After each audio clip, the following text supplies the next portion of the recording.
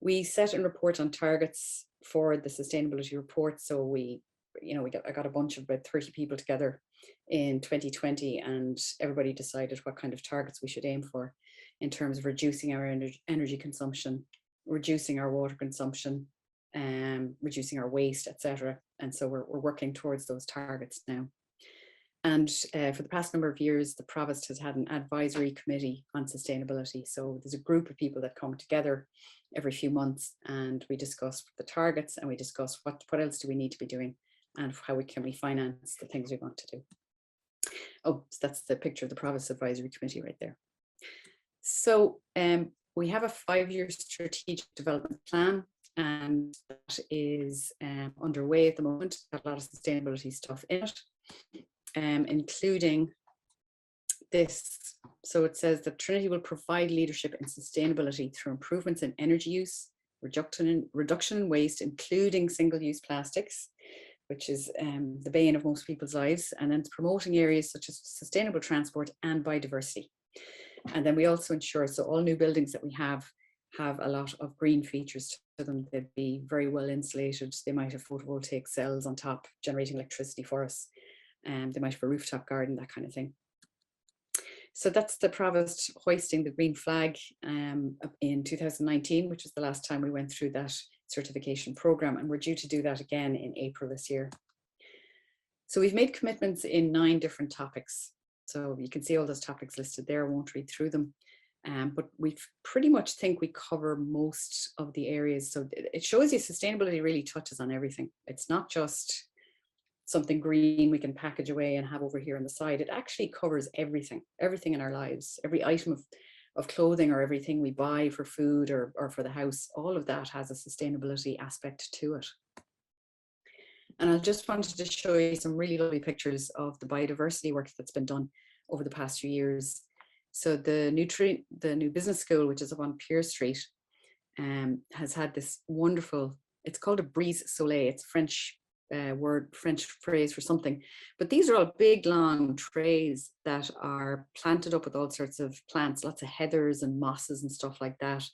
And you can see these are some of the planters that they were getting ready to plant in, and they basically mounted them up with a crane on the side of the building.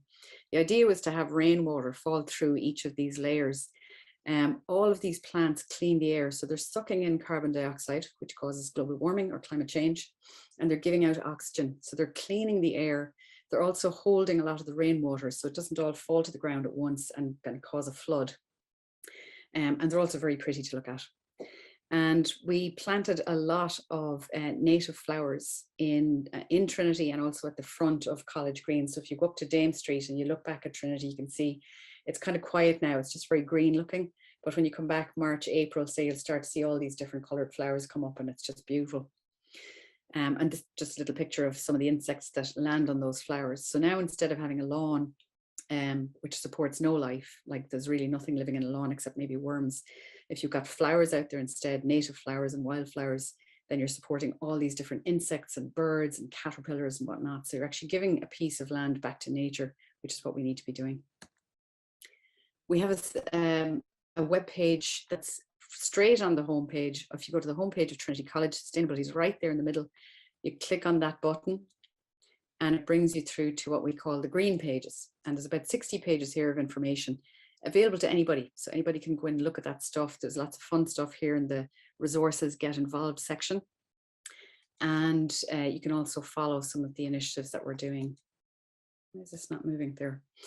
So one of the things we have in there is, and I'll just go back up here and show you, if you go into this one, sustainability initiatives. So it's the middle blue button on the screen, the home screen. You will find the 9 different topics that I had on the slide up above: energy and water and biodiversity and whatnot. And each of those, there is a green map. So if you click on the button that says green map, I'm showing you the one here that's about resources and food. So this is a map that we've mapped all the sustainable food and drink options in and around Trinity. So I've clicked on the one that shows T-Tech should be down here somewhere. There's the Grand Canal. And you can see one that turned up here is the Supernatural Food Market, which is in the St. Andrews Resource Centre on Pier Street. You might be familiar with it. They have a farmer's market there on Saturdays, and they've just got lovely stuff for sale. Really good food, refillable items, zero waste items and things like that. So you can click on any one of these icons and the information will come up here, and it'll tell you all about either secondhand shops or vegetarian cafes and restaurants, things like that. And we also have a lot of communication tools that we use. We've got a Facebook page, Sustainability Network for Trinity College Dublin. That's our Facebook page. We have an Instagram. We also use email. We used to meet monthly in person and to discuss things. We have guest speakers from within Trinity and from outside of Trinity. And so we do a lot of communication. So I'll move on now to the Trash to Treasure event. So this is all about turning one person's trash into another person's treasure. So back in May of 2019, I asked UPS and United Parcel Services if they would help us. So they're a corporate partner with Trinity. They have a little parcel motel on site at Trinity in the main campus. And then they use that motel as their drop-off location for city centre deliveries for packages. And then they have these guys that come in on bicycles and trailers. They pick up all the packages and they cycle them out to about 5 miles in every direction from Trinity. So they're not putting any fossil fuel or any pollution, air pollution into the atmosphere because they're cycling. So they're carbon neutral in their transport of packages within that area. So they're always eager to help with sustainability projects. And I was really, really grateful that they sent along this lovely driver, a really sweet guy. And he came in 3 times one week to sit there for 2 hours, and we had put word out to all the students who are living on campus. If you want to donate any items, if you're moving out of campus in May and you want to get rid of your stuff, please donate it to this donation drive and we'll take the stuff. So instead of it ending up in big, huge mountain of black bags, that's what would happen every year. We'll take those belongings, we'll resell them back in September, and then students can get them for cheap. So this just shows you some of the stuff we got. We had a storage container down in T-Tech. We had to borrow it, we had to hire in a storage container for, for about 3 months. And we filled it to about 3.5 feet deep, and it was 20 feet long. So we estimated that we took in about 450 cubic meters of materials, and it was everything. Like we got look at these gorgeous, I would have taken these chairs myself, I would have bought them myself if I had room for them. Just lovely stuff. We got bedding, we got books, we got little bits of furniture here and there, and lots of kitchen stuff that hadn't even been opened. It was still wrapped, still not used, you know, so really valuable stuff that normally the students would have thrown all the stuff out into the bins before they moved out, because they, by their contract, within the contract to Trinity, they had to clear the rooms entirely or they would be fined for leaving things behind. So what they did typically was just throw stuff out into the bin, and it was a dreadful waste. But anyway, so we accumulated all these good things, and we had a sale on September 4th in 2019. So this shows you the aerial view. It happened in the gymnasium in the sports centre, and they very kindly gave us half of the sports hall to do this, or half of the gymnasium. So this is taken from upstairs, from the balcony overlooking.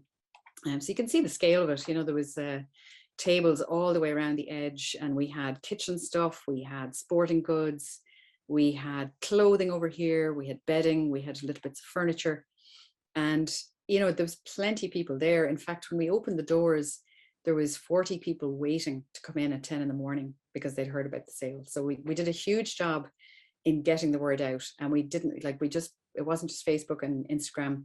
We emailed people. We had students tell their classmates, we had professors tell students, we had the student office email all the students, tell them what was happening. So we put it out every possible way we could, maybe about 12 different locations. And that was key to us getting people in, because if you communicate something once, you might have 4 people show up. And if you really want to get people in, you have to just put out the word as many, many places as possible. We had 22 volunteers that helped on the day. And it was a total of 38 hours volunteered. The other thing was that each volunteer that worked for an hour got 10 euros worth of credit. So they could walk around the sale before they started their shift, take 10 euros worth of stuff, set that to one side for themselves, and then they did their shift for an hour or for 2 hours or whatever. And that worked out really well because we didn't have money at the time to pay the students to volunteer, but they were thrilled because in reality, when they were picking up 10 euros worth of stuff, it was really about 50, 60 euros worth of stuff that they were getting, because we had everything priced really cheaply because we wanted to sell it all. We didn't want it to store stuff for another few months. So we did get rid of over 90% of the materials. And I think it was, so we opened from 10 o'clock. I think we closed at 4 p.m. And that gave us an hour to clean up afterwards because we had to be out of there by 5. But at half 2, you know, students were still pouring in bit by bit. And I started yelling, everything is free, everything is free, take what you want, everything's free. And I did that because I just didn't want us to have to put things back, you know, pack things up, and we'd know where to put the stuff anyway. So it was kind of like, you know, the stuff that wasn't the best quality was left to the very end. And so students were like, woo, I'll take that. So they grabbed glasses and bedding and whatnot. And we got rid of probably 95% of the items. And that was a great thing to do, like to surprise people with that at the end. I just kind of did it on the spur of the moment, and it was just great fun. We raised almost 1,600 euros for our sustainability project. So we put that money back into other projects in Trinity. And like I said, we diverted 450 cubic meters of materials. They would have gone to incineration over in Poolbeg. So that would have ended up just being toxic air pollution. And instead, we got to reuse those items.